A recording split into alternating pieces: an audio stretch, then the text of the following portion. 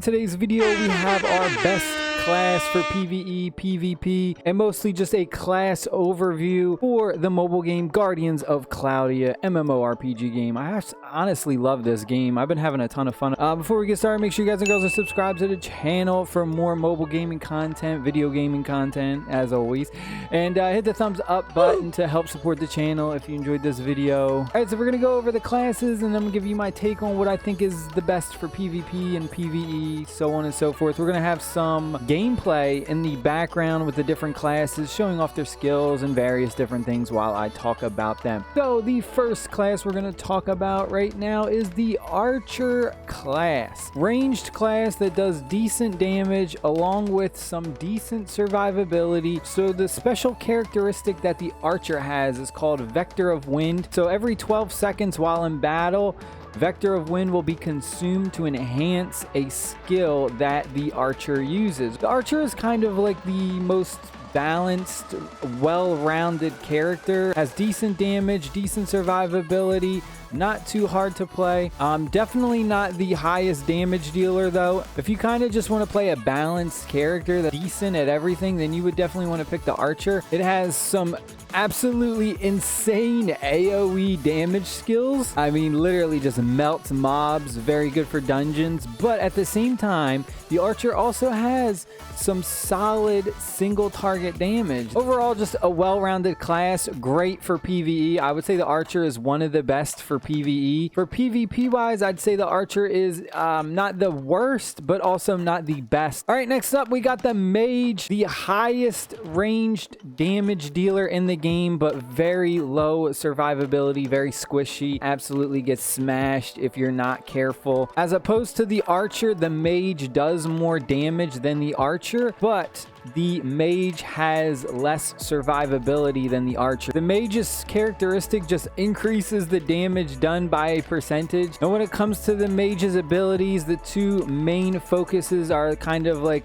Pyro, which is the fire damage, and then it also has Aqua, which would be like water or ice skills. Tons of AoE damage. So the Mage is probably the best bet for PvE content. For PvP though, the Mage kind of lacks just in the fact that it's mostly like AoE damage. The Mage does have an ability to kind of get away quickly, but if you were going up against like a rogue, like an assassin, they can kind of just come in and burst you down really fast. So the Mage I feel like the Mage just doesn't have enough escape abilities to kind of get away. I think once the Mage gets kind of CC'd and just trapped and locked down, the Mage is just done in PvP. Next up, we have the Swordsman. The Swordsman is pretty much the tank class, but can also do a little bit of damage. Surprisingly, the survivability, as you see, is 2.5, almost 3 stars. Very, very tanky. The Swordsman's special characteristic it has is Rage. It's kind of like a berserk mode where the more normal attacks it does and the more attacks it takes, it can actually activate this Rage mode where it increases the damage it deals and reduces the damage it takes. So the Swordsman can actually be a crazy character if played right. The Swordsman has some great CC crowd control and some amazing AoE damage. PvP wise, the Swordsman can be amazing.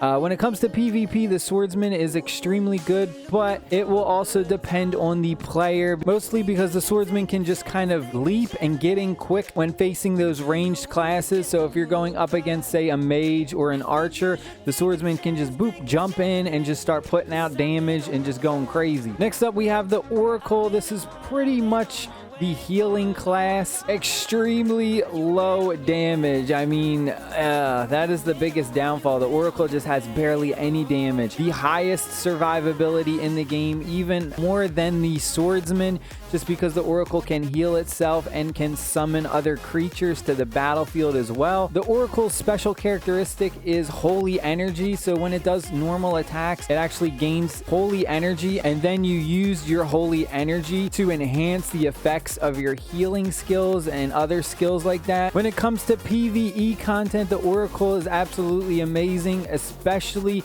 if you get in a server that needs an Oracle. If you'll see right now, I'm in a certain server where it says recommended.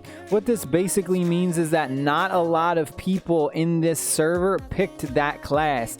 So when it comes to doing dungeons and various things like that, wanting to party up with people, if you pick the Oracle, you'll definitely be at an advantage because a lot more people will want you to be in their party and help assist them when it comes to various events. Has some decent AoE damage. When it comes to PvP, this is actually, Oracle can actually be not so good or actually really good depending on the pet that you have on your Oracle. But if you don't have a high damage dealing pet, then you can absolutely just get smashed in PvP. It's a toss-up. It honestly, like I said, this game heavily depends on your pet.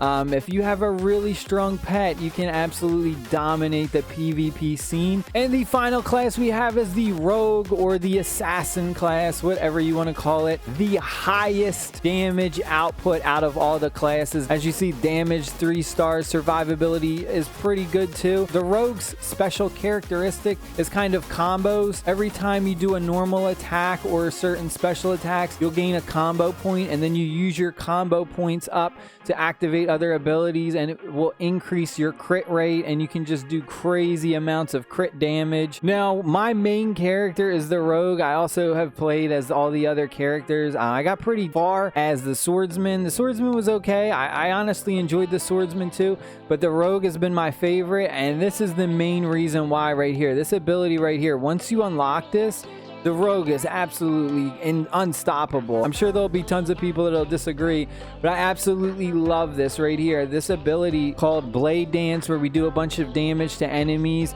and we grant a combo point. But once we get this up to level 5 and we unlock this special ability, which is kind of like an enhanced version of Blade Dancer, we get this Blade Dance has an extra percentage of life steal. So every time you activate that ability, you actually life steal and you heal up for a percentage of the damage. Absolutely insane. You heal up so much. Once you unlock this, man, the Rogue is absolutely amazing, and this puts the Rogue's survivability up even higher. I'll do a quick few PvP matches so you guys can see.